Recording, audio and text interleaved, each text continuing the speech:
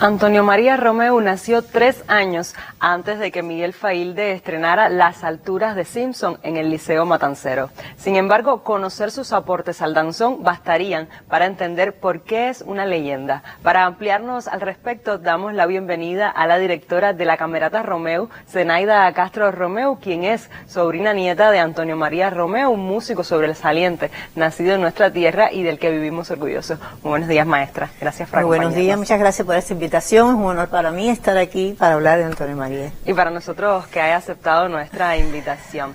Profesora, ¿qué distingue a Antonio María Romeu que lo hace sobresalir entre otros músicos de su tiempo? Yo creo que lo que lo hace sobresalir es que fue un hombre muy moderno, muy innovador. Todas las cosas que hizo eran absolutamente novedosas para su tiempo. Y yo creo que eso fue algo que, además de un virtuoso del piano y un amante fervoroso del danzón. Así que muy cubano y muy innovador. Yo creo que son las dos palabras que se le puede catalogar como distintivo a este artista cubano. ¿Y por qué se le reconoce como el mago de las teclas? Eso fue en los años 30. Pero mucho antes ya había habido una trayectoria importante, ¿no? Me gustaría decirte que él a los 8 años empieza a estudiar música con el presbítero de la iglesia de Jibacoa y le dio teoría, solfeo y eso, y a los 11 años ya estaba tocando en bailes. 11 años tocando en baile en Bejucal, en Aguacate, en el Casino Español, de niño, fíjate. Y bueno, realmente lo que sucede con Antonio María es que primero toca el piano, después se une a agrupaciones instrumentales, ¿no? O arma su propia orquesta. Y también decide proponerle a Cervantes que él podía tocar con la orquesta, con la charanga. O sea, fue la primera persona que se le ocurre introducir el piano en una orquesta típica. Y entonces eso fue absolutamente novedoso también.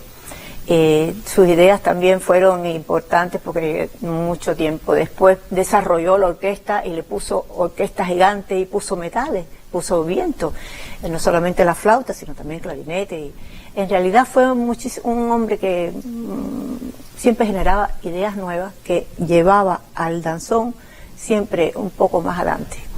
Un virtuoso, ya usted lo decía. ¿Cuáles son las singularidades del danzón de Romeu, maestra?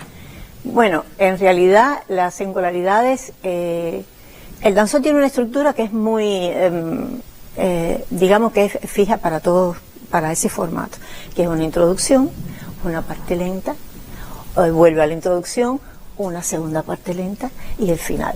Pero el problema es que él tuvo la idea de incluir en las partes lentas los temas más famosos, los de Sindogaray, los de Corona, y también otras músicas foráneas.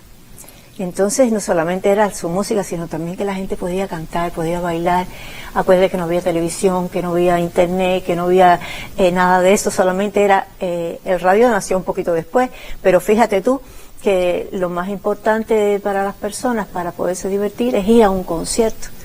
Entonces al momento que él incluye canciones populares en sus danzones, pues la gente no solamente bailaba, la gente cantaba, la gente disfrutaba de eso, y eso fue también una cosa muy novedosa de su parte.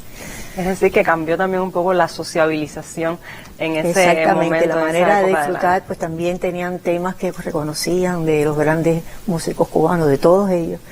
Y fue la verdad que un hombre que era, mi familia me contaba que tenía a veces 3, 4 meses adelante todo el tiempo ocupado, que no podía decir, mira que quiero para mi hija que cumple 15 años, no podía, porque tenía toda la agenda totalmente completa.